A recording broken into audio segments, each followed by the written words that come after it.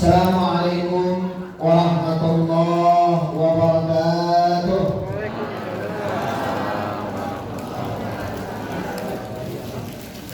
Alhamdulillah, alhamdulillahilladzi hadana ila dinil malikil alam. Ashhadu an la ilaha illallah syahadatan tunji qailuha fi yaumiz zihab ila ahwal yaumiz zihab. Wa ashhadu anna sayyidana Muhammadan abdullahi wa rasuluh wa ala alihi wa ashabihi ajma'in, amma ba'd. Ibtida'an wa ittiba'an li sunnatin Nabi sallallahu alaihi wasallam, fa ya ibadallah ittaqullaha haqqa tuqatih fala tamutunna illa wa antum muslimun. Para ulama, para asatidz yang saya muliakan, segenap pengurus DKM, ayahanda ibunda kaum muslimin wa muslimat rahimakumullah. Masya Allah, melihat Masjid Al-Hidayah kayaknya kalah nih Jalan Sumarekon ya. Apa jalannya habis dari sini ke sana? Semoga Allah memberkahi kita semua hari ini. Subhanallah, saya lengkap nih, makanya hari ini saya bingung mau ngomong tentang apa.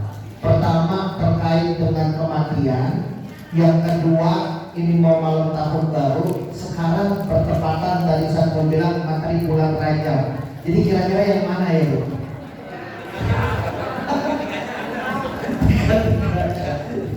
Ditinggal sendirian saya ngomong kalau ditinggal. Baik, ayahanda bunda sekalian kaum muslimin wal muslimat rahimakumullah. Mudah-mudahan kesyukuran ini merupakan bagian dari cara kita memahami bahwa sesungguhnya Allah Subhanahu wa ta'ala telah menyiapkan dua hal, dan ini yang mencoba kembali saya sampaikan, mengetuk nilai keyakinan kita untuk mengatakan Allah itu Allah yang satu. Kenapa saya ungkapkan di awal seperti ini? Karena terkadang dengan penciptaan langit, penciptaan matahari dan bulan, dua hal ini tidak ada satu orang pun yang mampu. Bahkan sekelas ateis sekalipun, ketika ditanyakan, disodorkan dengan sebuah pertanyaan, siapa yang menciptakan matahari, siapa yang menciptakan bulan, semuanya terdiam dan mengatakan bahwa ada satu zat yang menciptakan bulan dan matahari. Jadi ini yang menggambarkan kepada kita.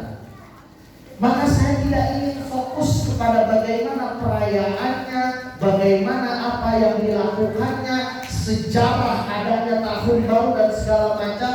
Ustaz-ustaz yang lain sudah menyampaikan. Yang saya ingin fokuskan bahwa Allah menciptakan makhluk yang bernama matahari, menciptakan makhluk yang bernama bulan dalam rangka agar kita berpikir. Makanya bahasanya ulul albab. Ya, bahasa selanjutnya ialah ulul albab. Maka ini ada satu rahasia. Ketika Nabi SAW bangun, sering saya ungkapkan dari Abu Hurairah. Rasul SAW ketika beliau bangun, dan setelah beliau bangun, beliau sebelum kemana-mana beliau mencoba mengusap bekas yang ada di dalam mukanya itu dengan tangan yang kira-kira bersih. Orang tidur itu kan membatalkan wudu ya, Bu. Karena kita nggak tahu waktu tidur ini tangan kemana. Ada yang bisa ngasih jaminan tangannya kemana pas waktu tidur? Ibunya bilang, Bapak ngorok, enggak, Mama yang ngorok, enggak, Bapak yang ngorok, berdua aja pada ngorok. Karena waktu tidur tidak ada. Nah, Rasul ketika pertama kali bangun, Rasul itu mencoba mengecut masa hayadeh, mencoba mencari beranggapan satu tangan besi dan mencoba mengusap wajahnya untuk biar dia itu sadar, dan akhirnya membaca akhir dari surat Al-Imran, salah satunya inna fi khalqis samawati wal ardi wa ikhtilafil laili wan nahari la ayatin li ulil albab. Bahwa di antara penciptaan langit dan bumi, wa ikhtilafil laili wan nahar, dan berputarnya antara malam dan juga siang.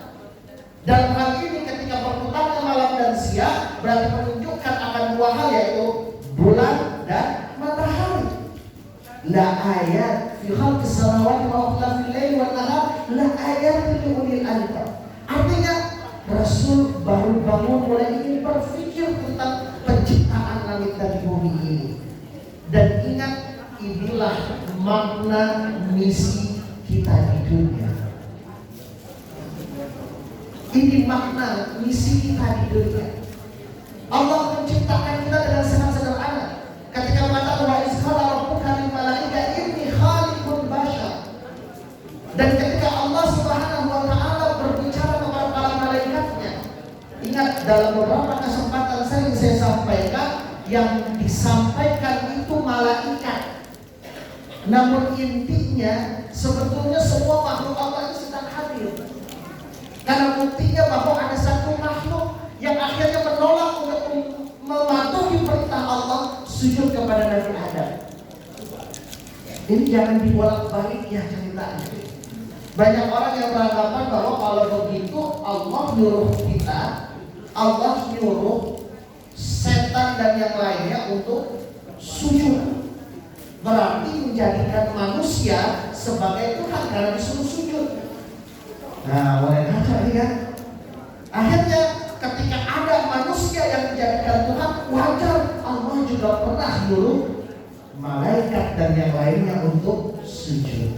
Ingat, ayatnya yang lain mengatakan bahwa ketika Allah Subhanahu wa taala menyampaikan kepada saat itu jin, dikatakan, kenapa engkau melakukan itu? Hadza amar, bukankah ini yang kuperintahkan kepadamu?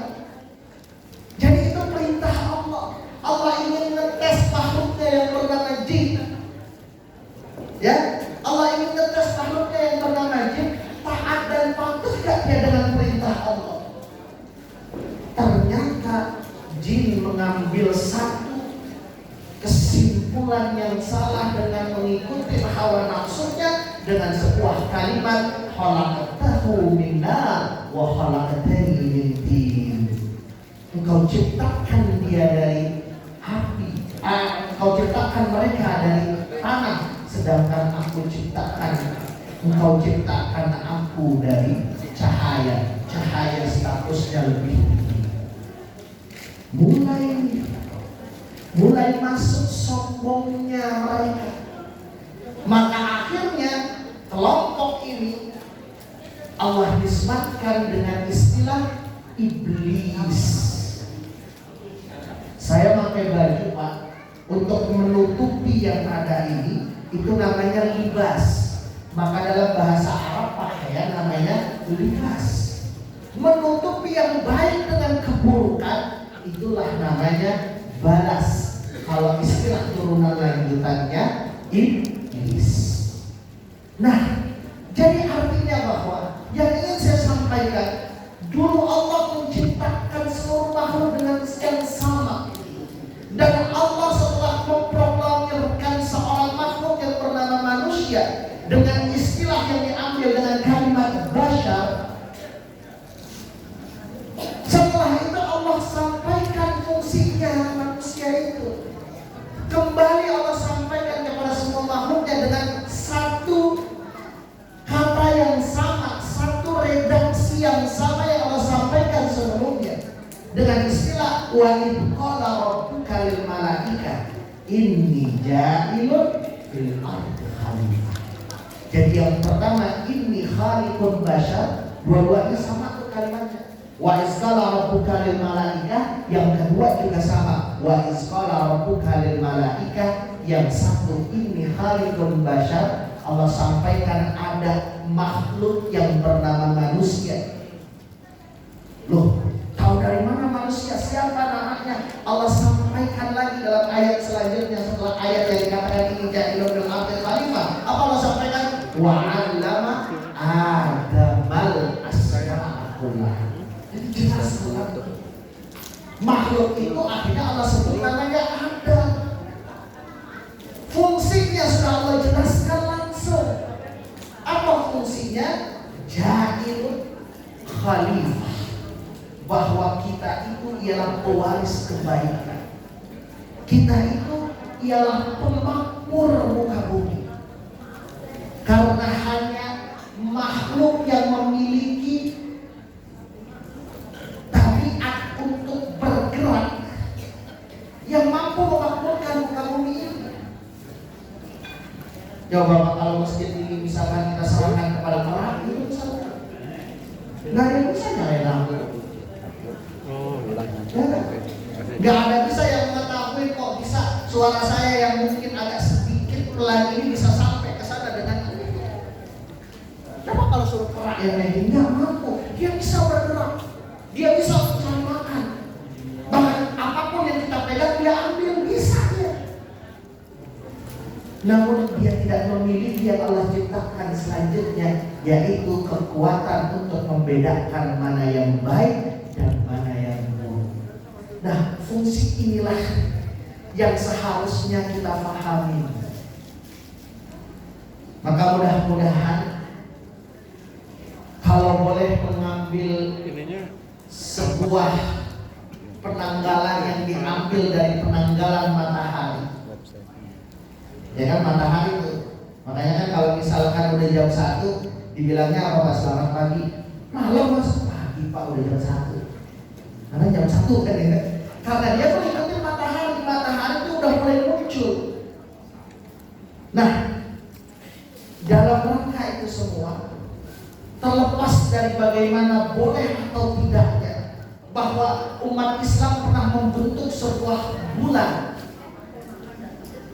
ya, sebuah penanggalan yang tidak mengikuti bagaimana pergerakan matahari, namun mengikuti pergerakan bulan.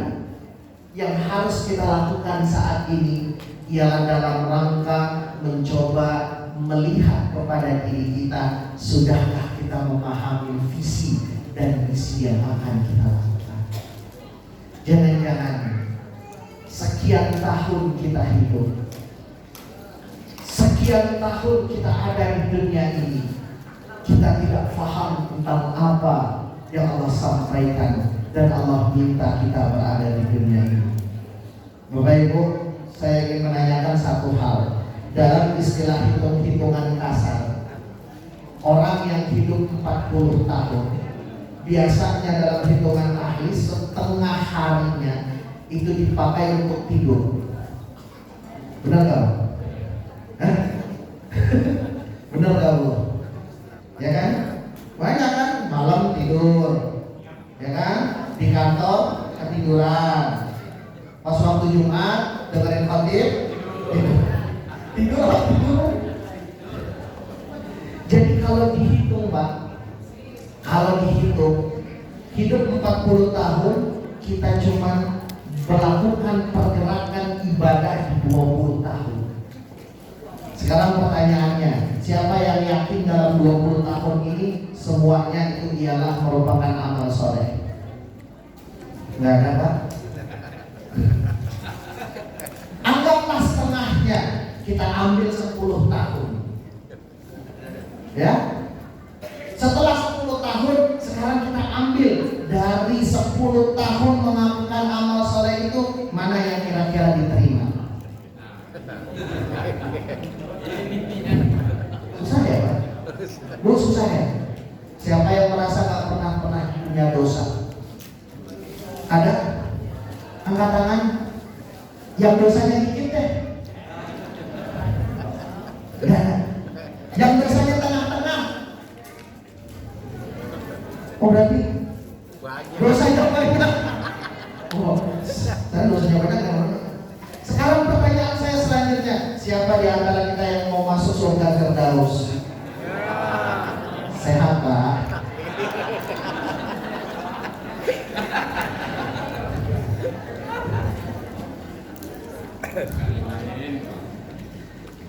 Semua kita ingin masuk surga, namun tidak yakin dengan amal soleh kita. Kenapa?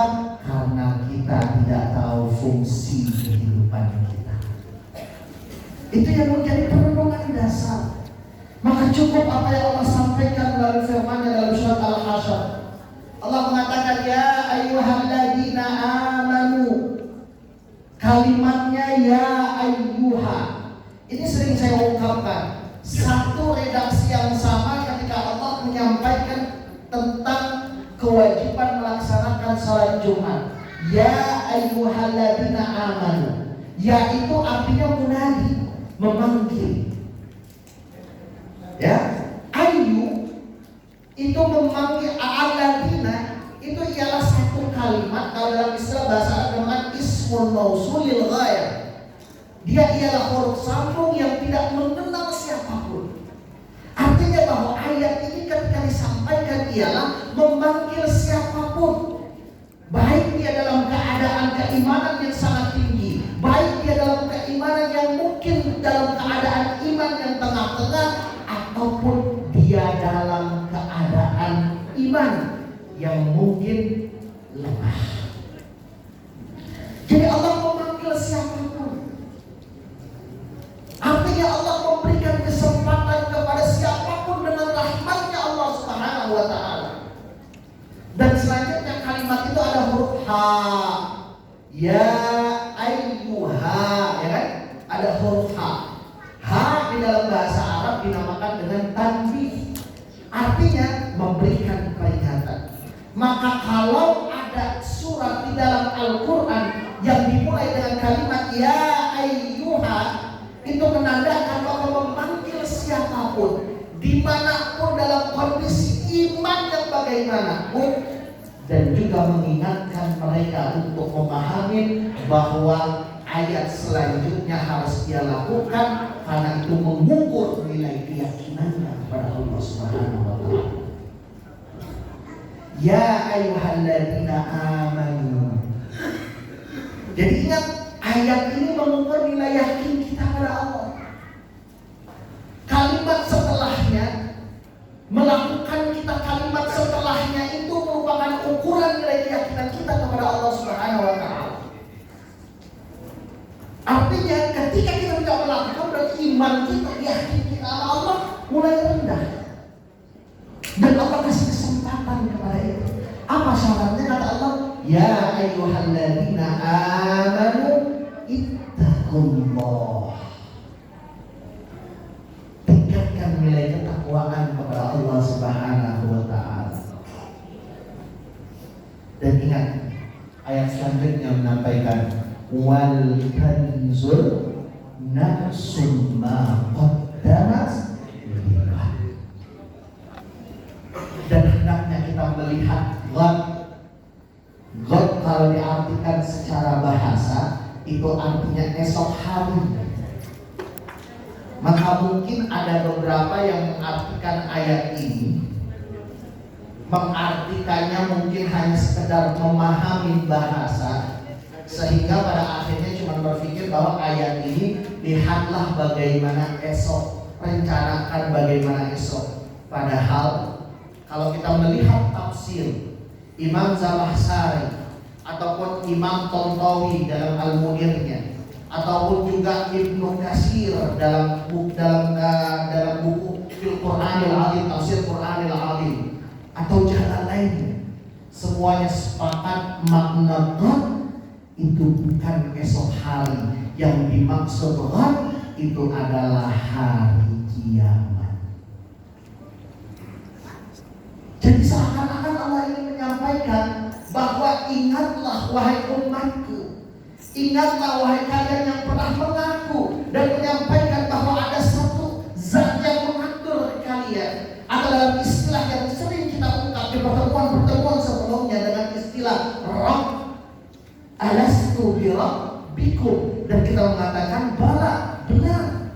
Kalian yang mengaku demikian, tingkatkan nilai takwamu, buktikan keyakinan dengan menunjukkan apa yang kau yakini dengan menjalankan perintahnya dan menjauhi larangannya. Dan lihat persiapan apa yang engkau persiapkan untuk hari akhir yang Allah bahasakan dengan istilah besok, menandakan bahwa seakan-akan hari kiamat itu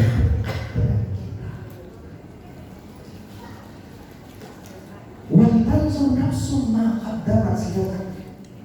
Dan inilah perenungan yang paling selalu diinginkan. Selalu saya sampaikan, Rabi'atul Adawiyah, seorang sufi yang dahulu, mohon maaf, dia adalah wanita penghibur. Akhirnya dia kembali kepada Allah. Sampai Harun Ar-Rasyid saat itu ingin melamarnya, namun ia tolak.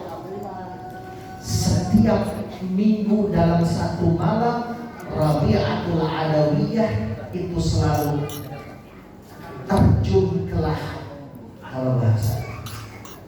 Jadi di kamarnya dibuat liang lahat. Di kamar seorang Rabi'atul Adawiyah dia dibuat liang lahat. Dalam satu malam, dalam seminggu, Rabi'atul Adawiyah selalu terjun ke liang lahat itu dalam rangka apa? Melihat apakah amalnya sudah siap untuk menjumpa dengan Allah Subhanahu wa Ta'ala. Makanya kan ada sebuah kasidah yang sering kita dengar, tidak lastu lil firdausi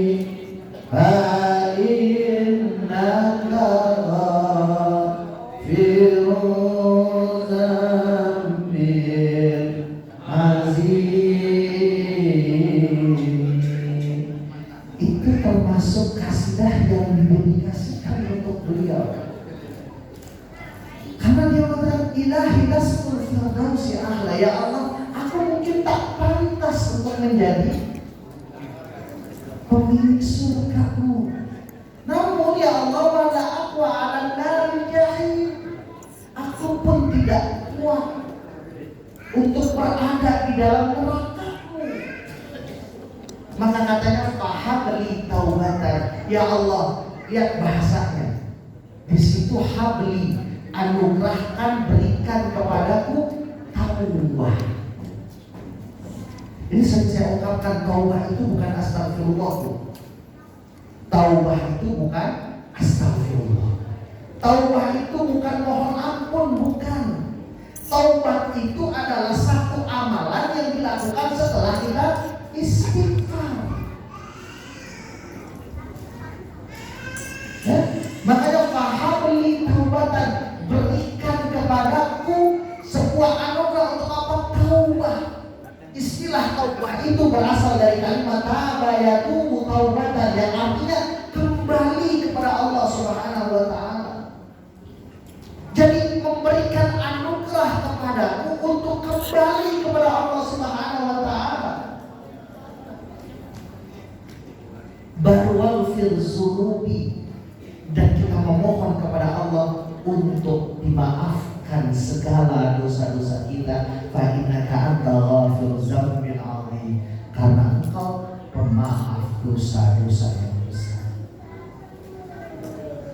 Jadi artinya bahwa merenung dalam hati, memahami bahwa apa sudah sesuai gak visi kita. Bahkan istilah yang sering saya sampaikan dulu, Imam Al-Ghazali pernah menyampaikan kepada kita, mengibaratkan kehidupan ini layaknya seorang penyelam. Ketika dia menyelam, dia diberikan satu visi, yaitu membawa 5 mutiara, 6 barang yang sudah ditentukan dengan satu barang khusus yang harus dia bawa. Apa dia? Iman, Islam dan keyakinannya kepada Allah. Ketika menyelam, seorang penyelam ini menurut Imam Ghazali bukannya tidak cukup waktu untuk mengambil itu. Namun sayangnya penyelam ini tergoda dengan indahnya lautan, indahnya ikan. Ikan apa tuh? Nemo ya? Nggak tahu Nemo. Apa paus tuh? Ya kan? Ikan-ikan, batu karang dan segala macam. Penyelam itu tergoda sehingga pada akhirnya dia tidak mampu keluar ke permukaan membawa misinya untuk mengambil 6 benda tersebut. Nah, perenungan yang harusnya kita lakukan, persiapan apa nanti ketika kita harus kembali kepada Allah Subhanahu wa Ta'ala. Maka kata Allah, wal tanzur nafsun. Dan lihat ayat ini kembali diikat dengan kalimat nafsun. Nafsun yang sengaja Allah. Jadi setiap kata dalam Al-Quran itu kalimatnya semakin kita mendalami bahasa, maka semakin paham apa yang Allah maksud di dalam ayat-ayat tersebut. Mungkin kalau kita baca terjemah cuma mengatakan, wahai orang-orang yang beriman, tingkatkan ketakwaan kepada Allah. Setelah itu persiapkan dirimu dan lihatlah dirimu terkait dengan hari akhir. Cuma itu terjemah. Namun lihat ada kata-kata nafsun. Nafsun di situ tanpa alif lam. Wal tanzur nafsun dalam artian apa? Ketika engkau ingin melihat dirimu untuk mempersiapkan hari akhir, yang harus kalian lakukan ialah lepaskan dulu nafsu. Segala nafsumu. Lepaskan dulu keinginan untuk hidup selamanya. Lepaskan dulu bahwa dunia segalanya. Lepaskan dulu permasalahan dunia yang mungkin sedang menyempitkanmu. Kalau seandainya kita melihat diri kita hanya dengan melihat dengan kacamata kita sebagai manusia biasa, maka jangan-jangan nanti yang akan menyampaikan kepada kita bukan jiwa kita, bukan yang nafsul mutmainnah yang ada pada diri kita, yang menyampaikan justru malah hawa nafsu kita. Dan ingat kata Allah, inna nafsa la amaratun bisu. Nafsumu itu yang akan mengarahkanmu kepada keburukan. Jadi sering saya katakan, jadi dalam istilah Quran itu keburukan itu ada tingkatan. Ada yang dinamakan dengan fujur. Itu baru keinginan untuk melakukan keburukan. Dan itu selalu ada pada setiap manusia. Ya kan? Berulang kali saya sampaikan, Allah itu menyiapkan 2 hal, fa'alhamaha fujuraha wa taqwaha. Itu jelas. Fujur itu ada tadinya untuk menstimulus takwa. Apa maksudnya menstimulus takwa? Orang kita katakan bohong, orang kita tahu bohong agar muncul orang yang benar. Kita menekan yang jahat agar muncul orang yang baik. Tadinya untuk menstimulus, namun fujur naik dengan dikendarai dan dipimpin langsung oleh setan, oleh iblis, yang akhirnya naik kepada hati kita. Dan itulah makna yang Allah sampaikan, khatamallahu ala qulubihim wa ala sam'ihim wa ala absarihim ghishawa.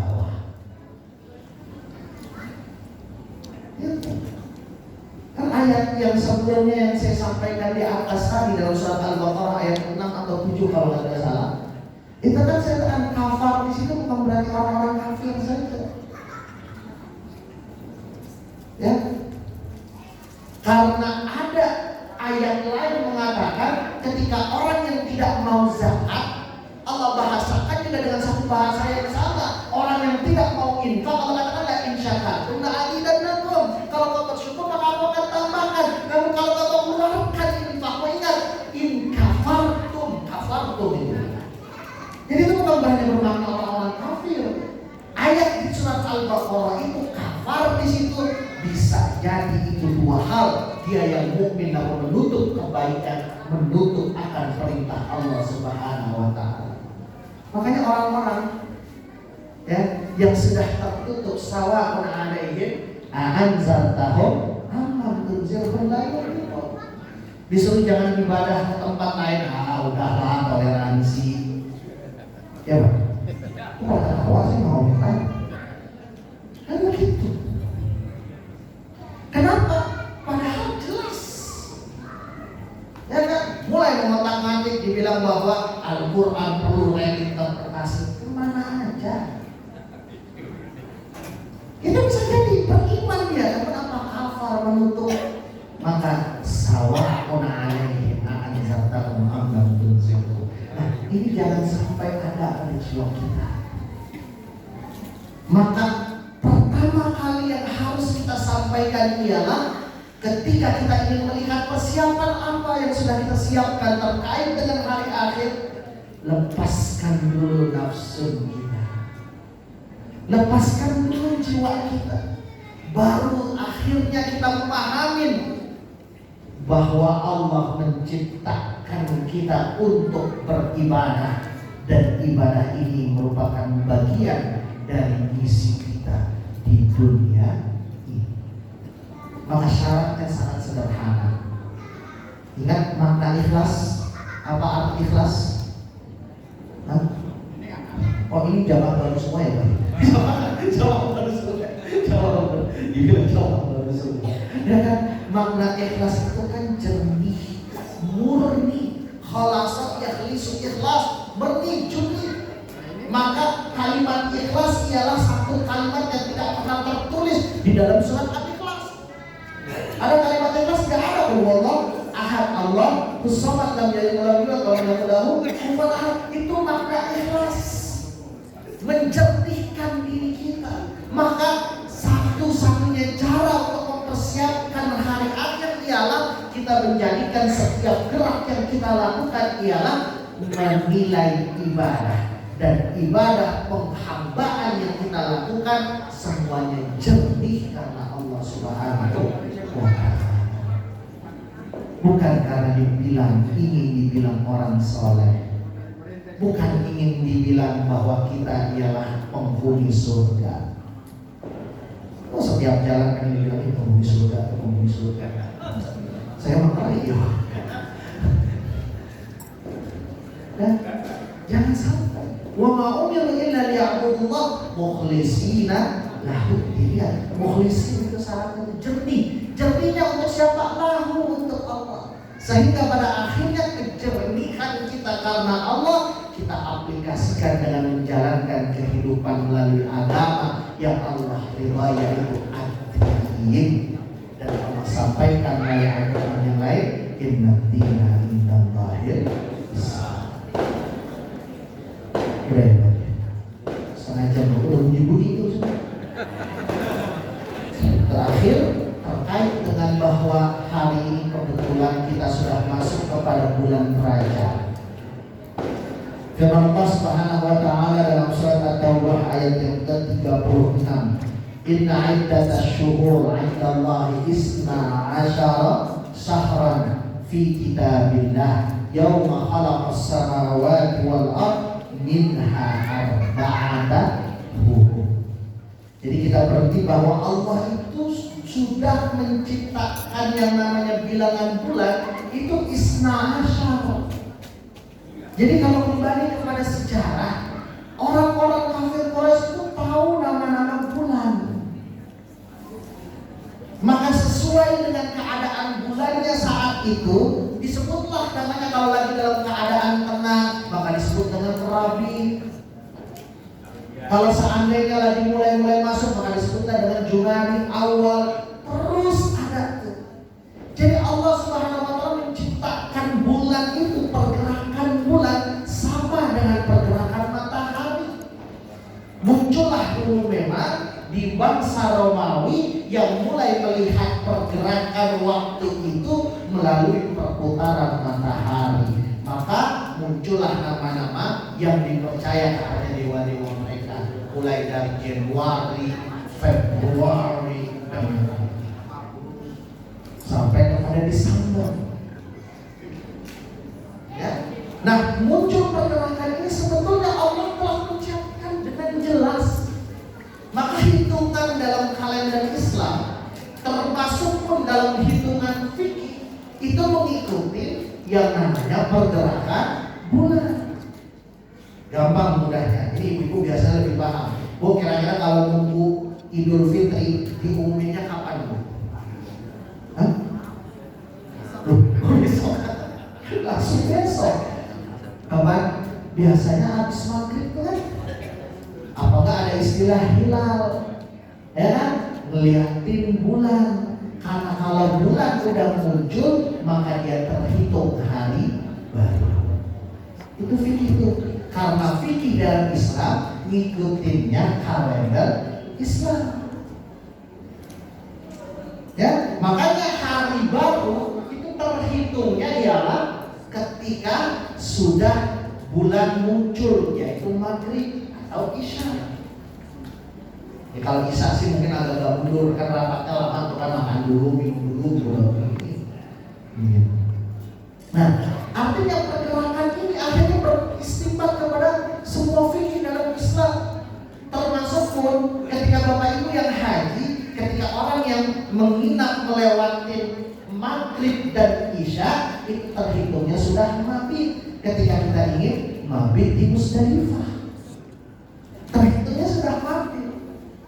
Karena dalam istilah fikih bahwa melewati maghrib itu merupakan bagian kita sudah menginap di satu tempat.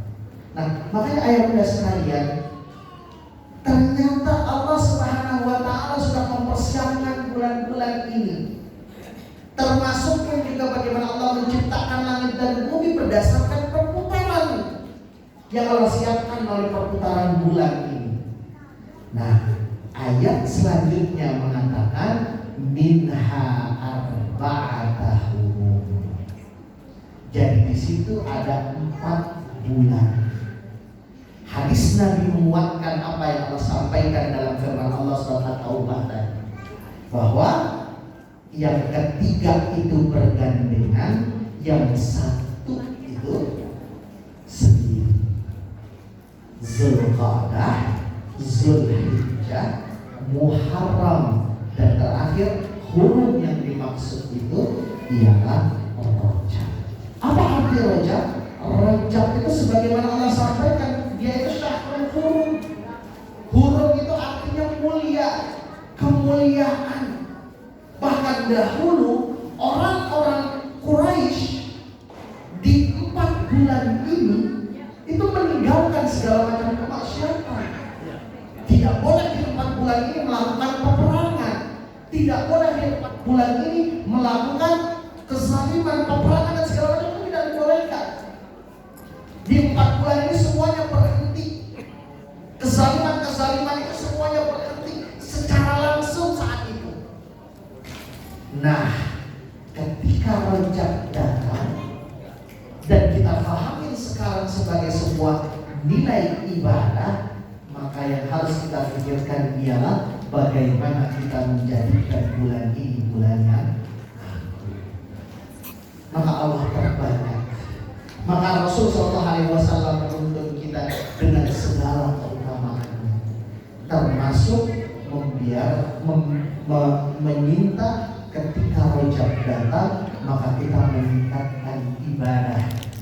Apapun ibadah, salatkah itu, puasakah itu, tilawah Qurankah itu, sedekahkah itu, kebalikan daripadanya, di bulan itu pun kita diminta untuk sedikit menahan, lebih ketat menahan, bukan sedikit, lebih ketat menahan segala macam bentuk kemaksiatan. Agar apa?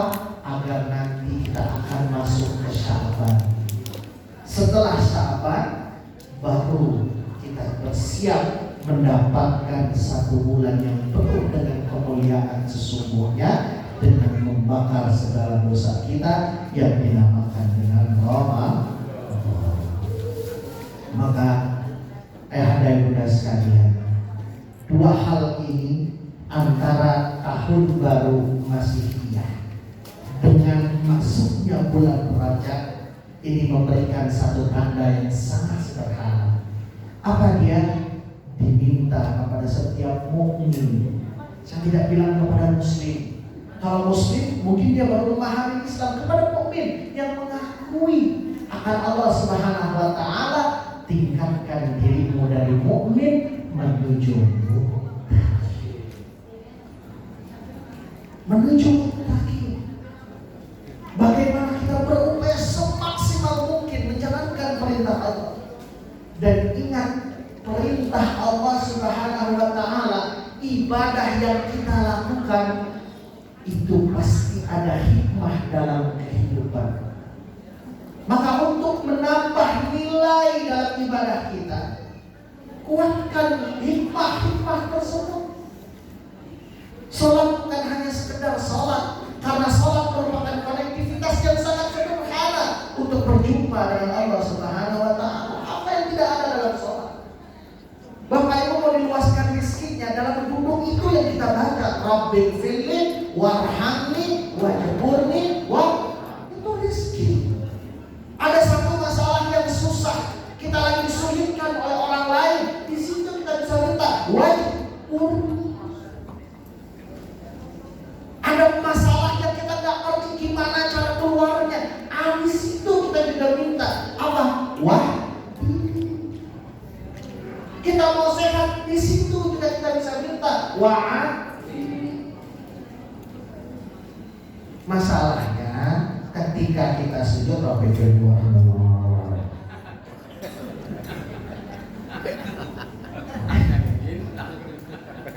padahal di situ kita minta kepada Allah Subhanahu wa taala. Maka kuatkan hikmah itu sehingga pada akhirnya syariah itu berbekas pada diri kita. Ini saja mungkin yang dapat saya sampaikan. Mudah-mudahan bermanfaat dan mudah-mudahan setiap waktunya kita akan mengukur diri kita sudah sampai mana kita mampu berjumpa dengan Allah Subhanahu wa taala. Dan ingat, selalu saya sampaikan, bahkan ketika kita mendambakan surga sekalipun, ayat yang pertama kali menyampaikan tentang surga itu diikat dengan kalimat innalladzi wa basyiril ladzina amanu wa amilus shalihat. Jadi yakin kita gak cukup harus diikutin dengan amal saleh. Amal saleh baik dalam bentuk rutinitas ibadah maupun amal saleh dalam bentuk urusan terhadap manusia, berbuat baik terhadap manusia. Ingat, takwa itu bukan hanya sekedar ibadah. Karena takwa ada jalurnya ibadah, seperti Allah menyampaikan hudan lil muttaqin. Namun di ayat yang lain Allah juga mengatakan bahwa ketika Allah menyampaikan wasari ila maghfiratin min rabbikum, bersegeralah menuju ampunan Allah.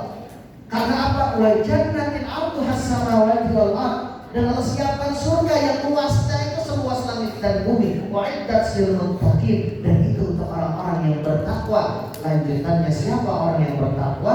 Ialah alladzina yunfikuna fis sarra, dia yang memberikan infak dalam keadaan sulit, dalam keadaan senang, wa dharra, ataupun dalam keadaan sulit, wal kadhimina al-ghaidh, dan menahan amarah.